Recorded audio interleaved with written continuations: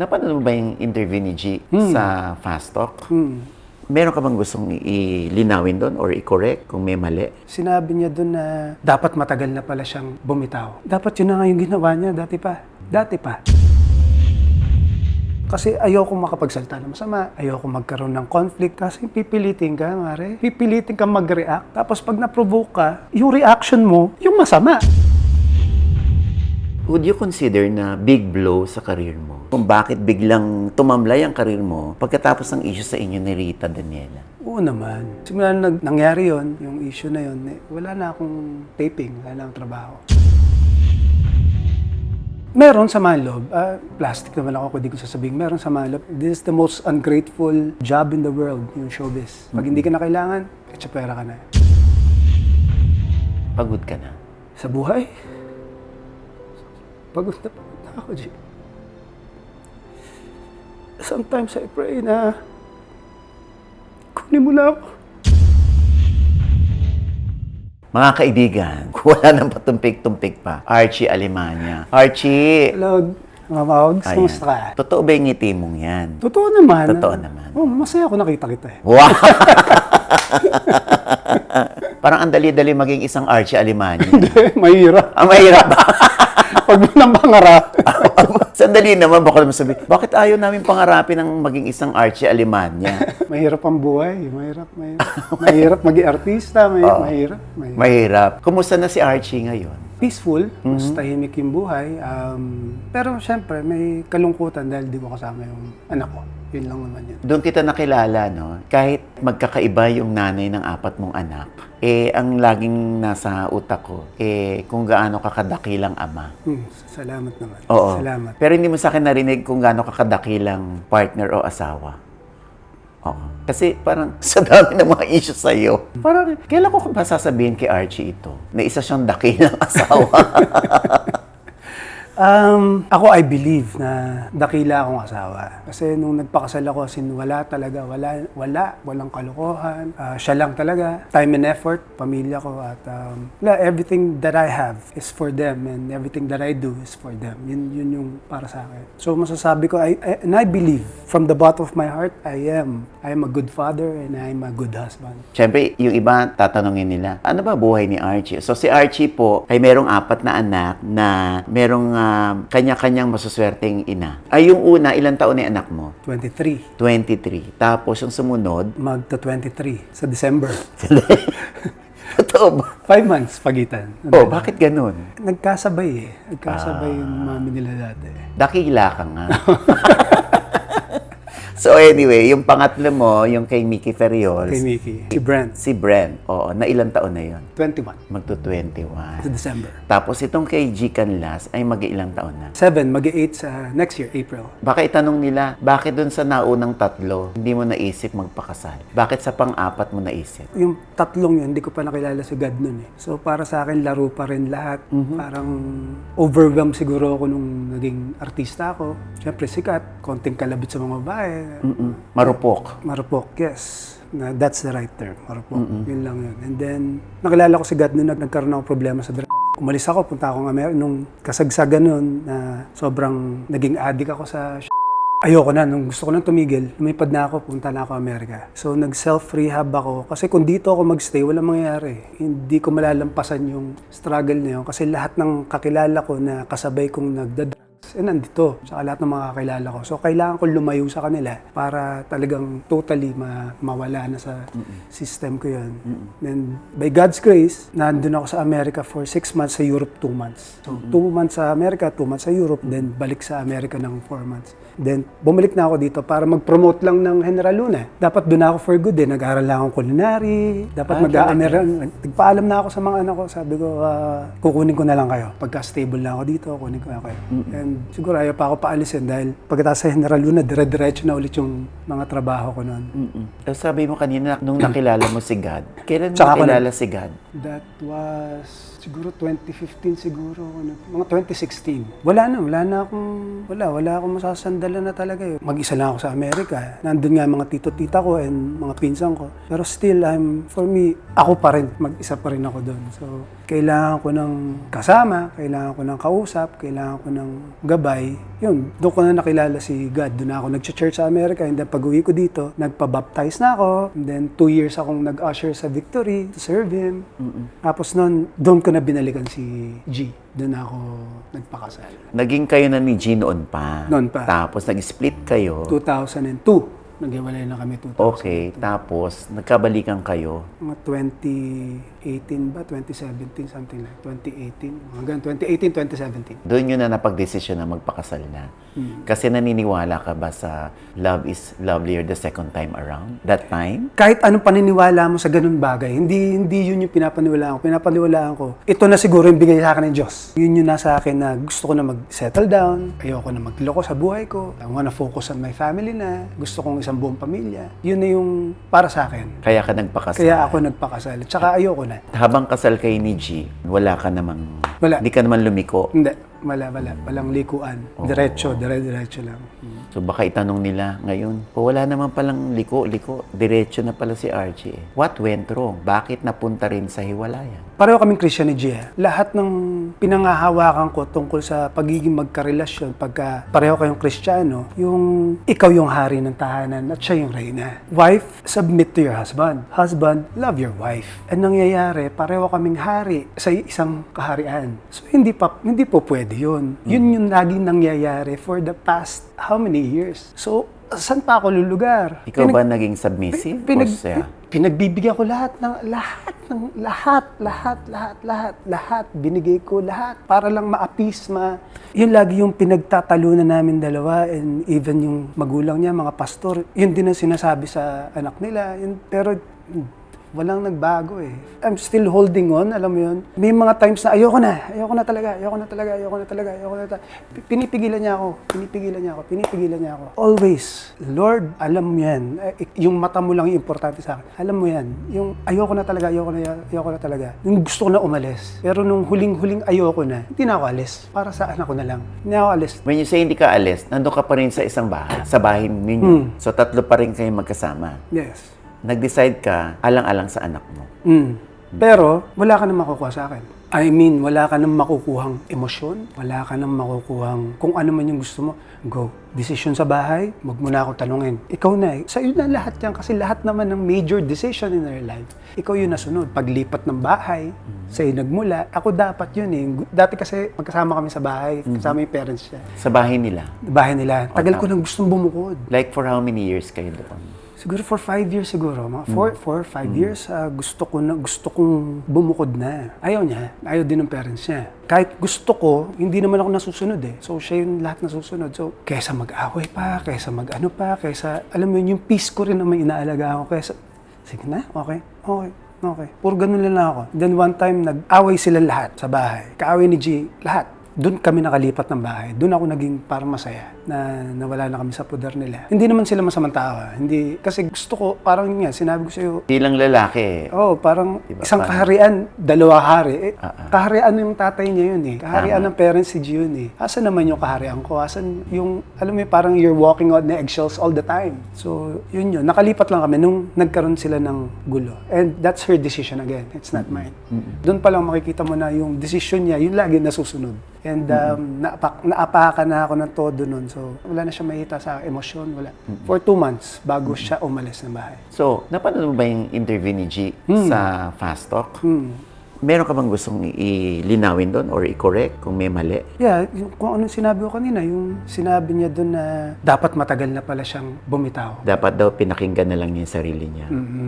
Dapat yun na nga yung ginawa niya, dati pa, for the sake na katahimikan namin kasi hindi na naman nabago ko ano yung ginagawa niya eh. Ako, I always walk out. Pagka confrontation, kapag magulo, gusto ko lagi, tahimik lang ako. Tatahimik lang ako, magsalita ka dyan. Gusto ko, kasi ayoko makapagsalita ng masama, ayoko magkaroon ng conflict. So, okay, kasi pipilitin ka, mare. Pipilitin ka mag-react. Reaction mo yung panguhugutan niya ng, alam mo yun, yung tatahimik ka, pipilitin ka kahit ano gagawin niya para makakuha ng reaction. You mean pinaprovoke ka? Yes, that's the right word. Tapos, naprovoke ka? Tapos pag na-provoke ka, yung reaction mo, yung masama. Hindi yung provocation na ginagawa niya, hindi yung sa ginawa niya. Halimbawa, may ginawa siya. Sabihin ko, ba't mo ginawa yan? Hindi tama yan, mali yan. Kasi tahimik na ako. Hindi kasi, you think I'm... Oh, di pag pumutok ka, kahit kasalanan niya, kasalanan mo! Sinasabi niya. So, saan ka lulugar? Wala kang lulugaran. Ikaw lagi may kasalanan. Kahit anong gawin, kahit siya na may kasalanan, ako pa rin na may kasalanan. That's in my point of view, ha? Kasi yun yung naranasan ko at nakita ko. At alam niya yan, Father God. Nakikita mo yan. Yun lang yung kinasasama ng loob ko.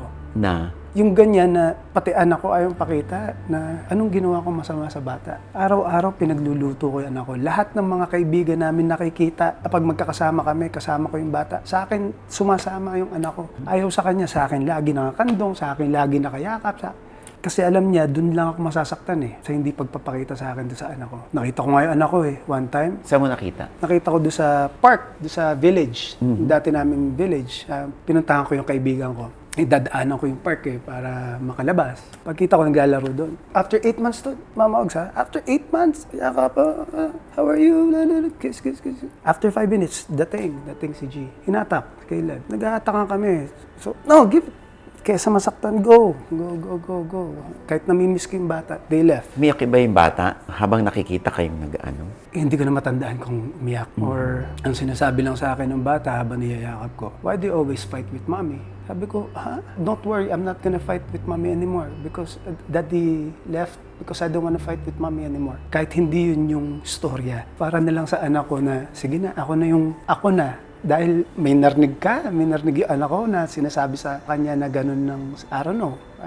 I don't wanna assume, pero bakit sasabihin ng bata yon kung hindi niya narinig? 7 years old pala si Caleb.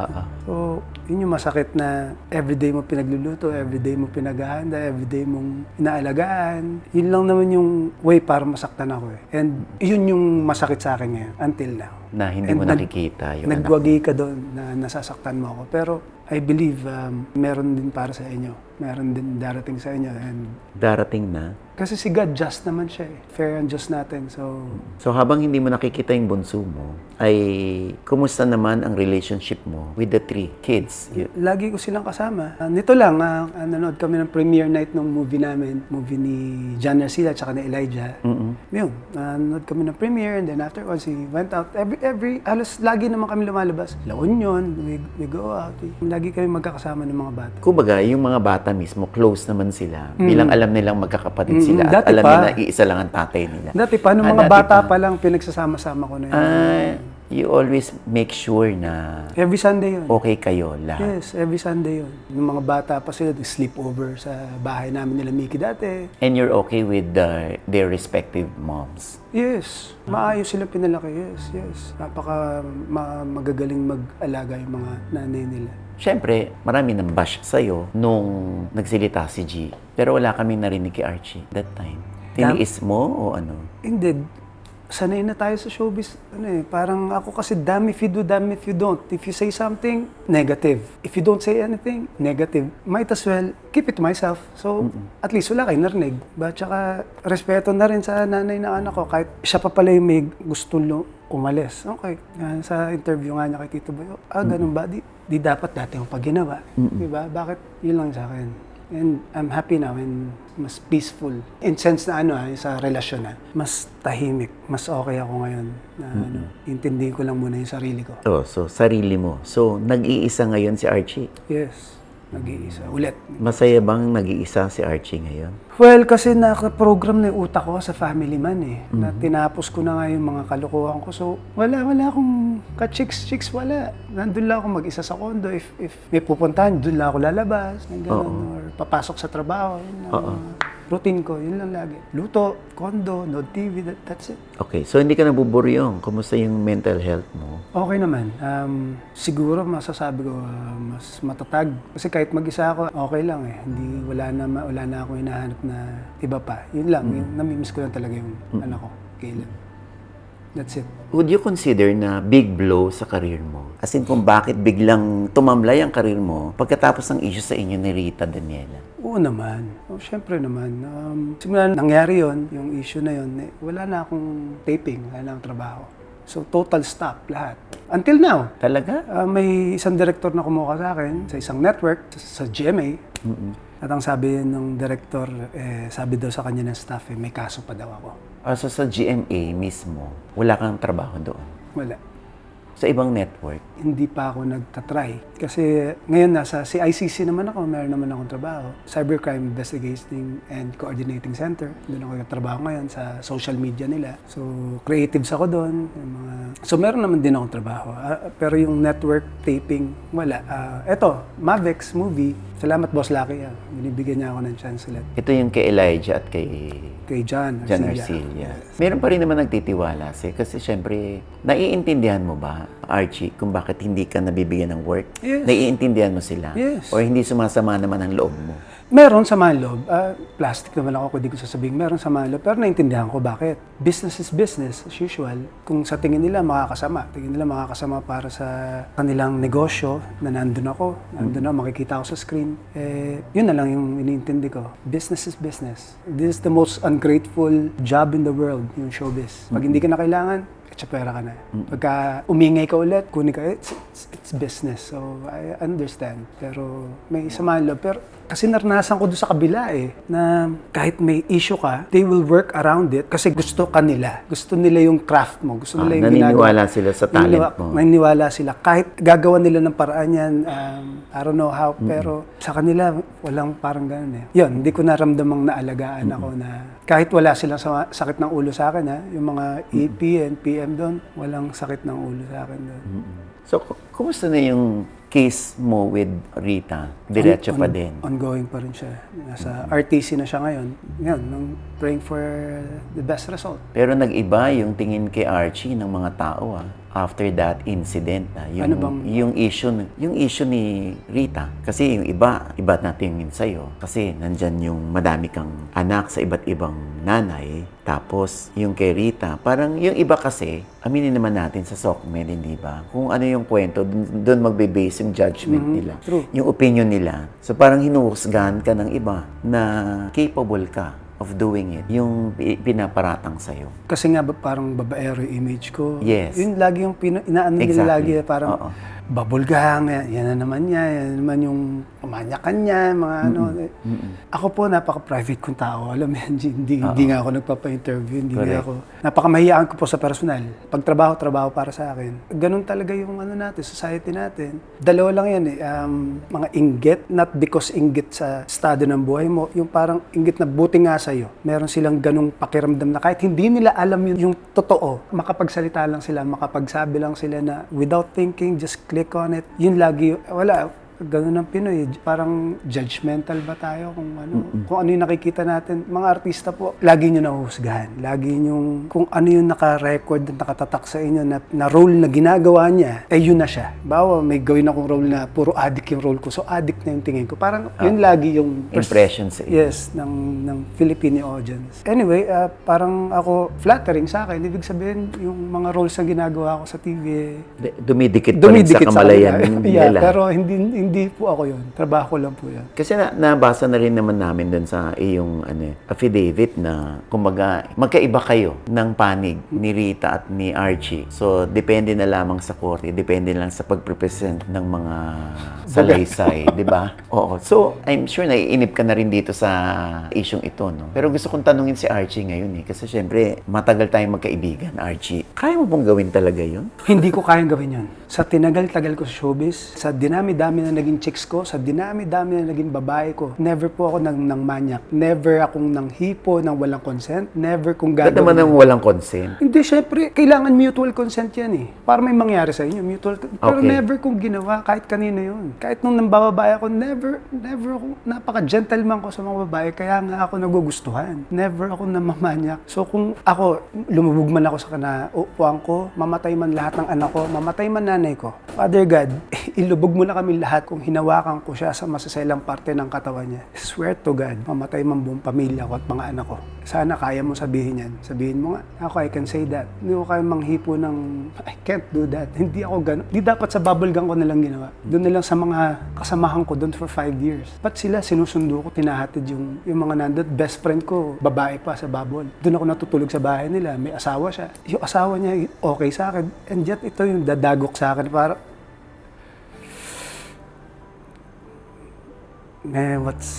it's God's will. Sabi nga niya, tatanggalin kita sa comfort zone mo para ilabas yung panibagong ikaw. And I'm excited para doon. New chapter at new Archie na ibibigay ni God. Did you apologize to Rita?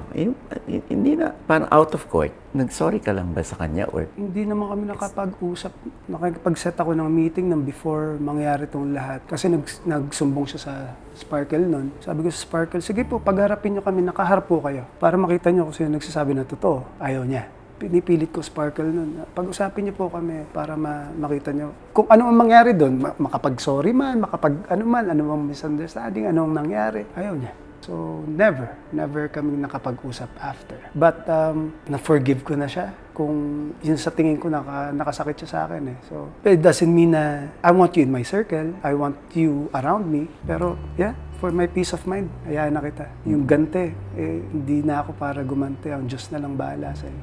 So mula dito sa isyong ito, Archie, kaya ka na palapit kay Lord? Ulit, di ba nga nakwento ko yung naging kami ni G na Christian na ako noon. So yung nangyayari sa buhay ko, yung sinasabi ko pa, 2 hari sa isang kaharian. Yung laging ganun na parang, lagi ka nagbibigay, parang yung ano ba to? Ala ko ba yung, sabi mo, ganito yung pamilya ng Kristiyano, ganito yung pamilya na dapat. Ginagawa ko lang, bakit hindi nasusunod? So parang ako, ayoko na rin siya yayain mag-church. Kasi kahit anong gawin ko, kahit anong gawing church yan, kahit ilang away kami, kung yung ka na, pinilit ko magtiyaga at magtiis. Saan umabot yung buhay ko? Dito pa rin. So, kaya doon ako nawala kay God dahil ito ang asawa ko, Christian eh. Lumaki to na Kristiyano na, simula ako, bagong Kristiyano pa lang dapat mas alam niya kaysa sa akin, bakit hindi niya ginagawa yung part niya. Kino-question pa niya, no, bakit kailangan kong mag-ano sa'yo? Bakit kailangan kong mag-submit sa'yo? Maging submissive. For me, meaning naman ng submissive is, it's collaboration natin dalawa sa desisyon. Kung meron kang suggestion, decision, okay, pero ito, desisyon ko, ano mas maganda? O di ko mas maganda yung sa'yo, why not? Kung mas maganda yung sa akin, sige. Pero kung hindi tayo magkasundo, at sa tingin mo maganda yung sa'yo, maganda yung sa akin yung masusunod. Kasi ako yung padre di pamilya. That's not happening. Never did happen. Sabihin natin, sige, 5 times, 10 times for the past 7 years. So doon ako napalayo kay God. Hindi ko naman sila bine-blame, hindi ko siya bine-blame. Siguro ako yung parang nakakapasok for me, nakakasunog na itong mga taong to, pastor, ganito sila, parang it's my fault, hindi sa kanila. Kaya ako bumitaw. Ngayon, I'm trying to get back and trying to know Him better again. And pinaubaya ko na sa kanya lahat. His will be done. Kung ano mangyari sa akin, kung guilty verdict yung guilty ko, then so be it. Decision niya yun. Pero siyempre ayoko kasi hindi ko naman siya ginawa eh. So yun lang yun. Pero if that's His will, then why not? Nandito na rin lang naman ako eh. I can take anything. Lahat siguro kaya ko na. Dahil malapit ka na kay Lord, anong hiling mo kay Lord? Wala. Lagi. Ang hiling ko lang, let your will be done. Basta thanking for everything. Kasi lahat kung anong meron ako, lahat from head to foot, lahat kung anong meron ako, talagang sa Kanya, lahat galing. And yun lang, puro pasasalamat at even though I don't understand things, kahit di ko naiintindihan yung mga bagay-bagay na nangyayari sa akin, I still thank Him kasi mas malaki yung naiisip niya kaysa sa naiisip ko. So, yun lang. And safety of the people I love, especially yung mga anak ko tsaka yung nanay ko na mag-isa sa Amerika. Yun. Ano lang ang takot mo? Wala, natapos na yung takot ko. Yun lang yung hindi makapag-provide sa anak ko. Yun yung takot ko. Yung hindi ko sila mailabas dahil wala akong trabaho, wala akong pera. Yun yung takot ko na hindi ko sila makita because of that. And wala, yung mga takot natin, always, 95% hindi nangyayari. Hindi totoo kasi God will always provide your needs and everything. Meron ka man trabaho, wala, He will provide, hindi ka papabayaan. Tatanong ko sana kung meron kang message kay G eh. Bigla ko naalala, meron ba kayong palitan ng messages or... Wala, nakablock ako eh. Dati pa, nakablock na ako dati pa. Okay. Last year pa lang, nakablock na ako. Meron pa, nung pag-uwi ko ng Amerika, yung sobrang galit ko na, so umalis na nga ng bahay, di ba? Siguro after 2 months, parang sa sobrang lungkot ko, everyday na umiiyak ako. Dahil yung anak ko lang talaga yung everyday mo kasama, ikaw nagpapatulog, ikaw nagluluto, ikaw lahat. Minessage ko na, in-email ko na si G kasi nakablock na ako sa in-email ko na. I'm sorry, ano ba, lahat na, I'm sorry.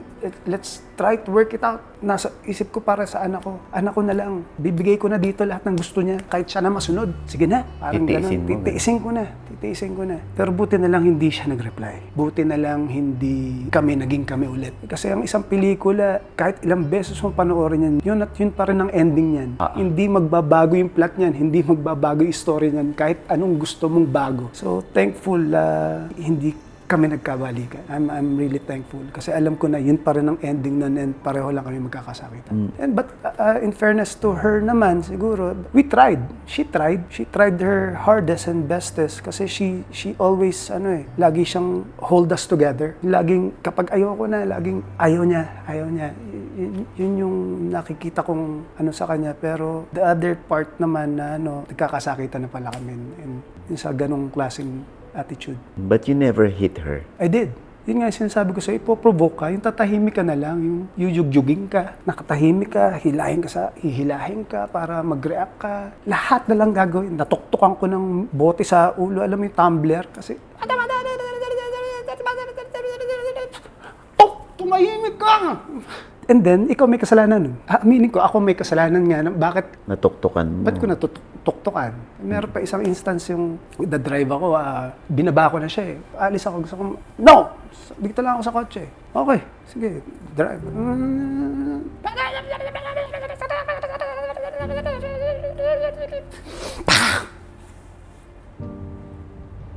Hindi mo rin siyempre mapipigilan sarili mo. Ano reaction niya? Iyak. Did you say sorry? Yes. I say sorry. Pag kumuhupa na kami, pag nasa bahay na, so siya ka na, na-hit kita. Yung ganun lang.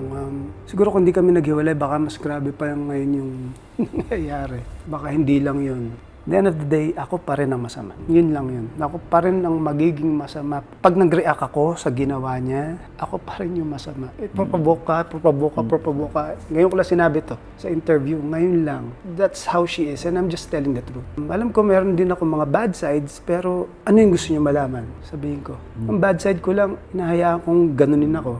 I walk out, I shut down. Basically, that's it. Every day. Ganun lang. Tahimik na lang ako. Shut down. I'll walk away. Walk out. Yun siguro yung bad trait ko. Pagod ka na? Sa buhay? Pagod na ako, G. Sometimes I pray na kunin mo na ako. I won't take my life. I want you to do it for me. Tired.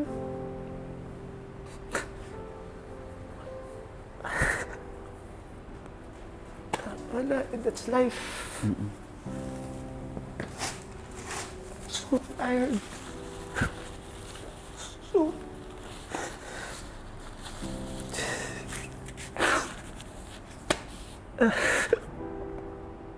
Sorry.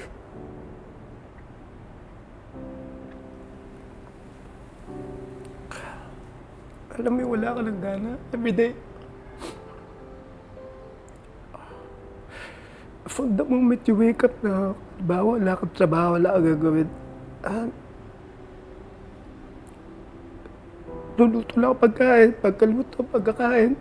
Higa na ulit sa kama. Cellphone the whole day. That's it. That's my life. Yung kahit gusto mong bumangon, gusto mong you wanna do things, yung parang sagad ka na, wala na ako lakas. Parang ganun, every day, that's how I feel. Every day. That's how I feel. Kaya makaramdam ko.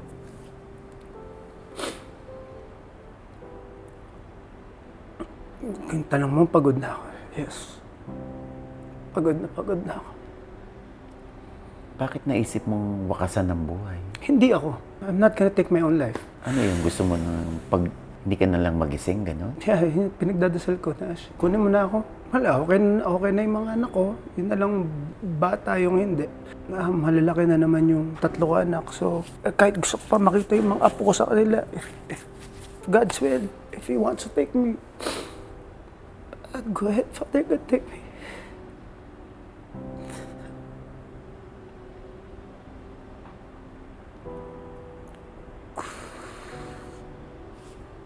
Eh, ikaw na rin ang nagsabi, di ba? Sinusubukan ka ng Panginoon. Yeah.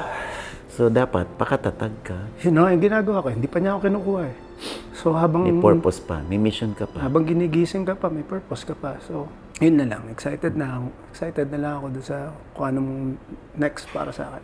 Ano gusto mo sabihin sa sarili mo? Gusto ko sabihin sa sarili ko, kakapagod. Pagod na talaga. Yeah, kakausapin ko sarili ko. Everyday, kinakausap ko naman. Pero hindi talaga bumabangon, hindi talaga tumatayo. Pag yun na lang, mag-gym na lang ako. Doon ko na lang papaguruin sarili ko. Healthy ka naman. Healthy naman. Kaya nga. Yun, number 1 yun. Yes, Yun, healthy ka number naman, one. di ba? Yes. Yung iba nga may sakit, Yun. lumalaban sa buhay para madugtungan ang buhay nila, di ba? Totoo. Healthy. Eh, ikaw, ang gusto mong mangyari, kunin ka na ni Lord. Yun yung kasagsagan nung ano. I got passed through it. Pero nandun pa rin yung pakiramdam na if you wanna take me, then go ahead. It's your will. Ano na-realize mo sa buhay? Yung totoo na na-realize ko, namamayagpag yung mga masasama. Bakit sila namamayagpag? Bakit hindi wala nangyayari sa kanila? Kasi hindi naman pahihirapan ng demonyo yung nasa kanya na eh. So nasa kanila na kung sino man yung mga taong yan. Ang nagsasuffer yung mga tao, bakit nagsasuffer yung mga taong binibigay mo naman lahat, ginagawa mo naman lahat. I believe nagsasuffer sila because ganun din naman si God. Eh. Nagsuffer siya, so hindi ka naman pahihirapan ng Diyos kung hindi mo kaya. Yun lang yun. Pinapahirapan tayo kasi mahal tayo. Mahal tayo ni God. Yun lang yun para sa akin. Hindi naman niya magbibigay sa iyo ng isang bagay kung hindi mo kaya.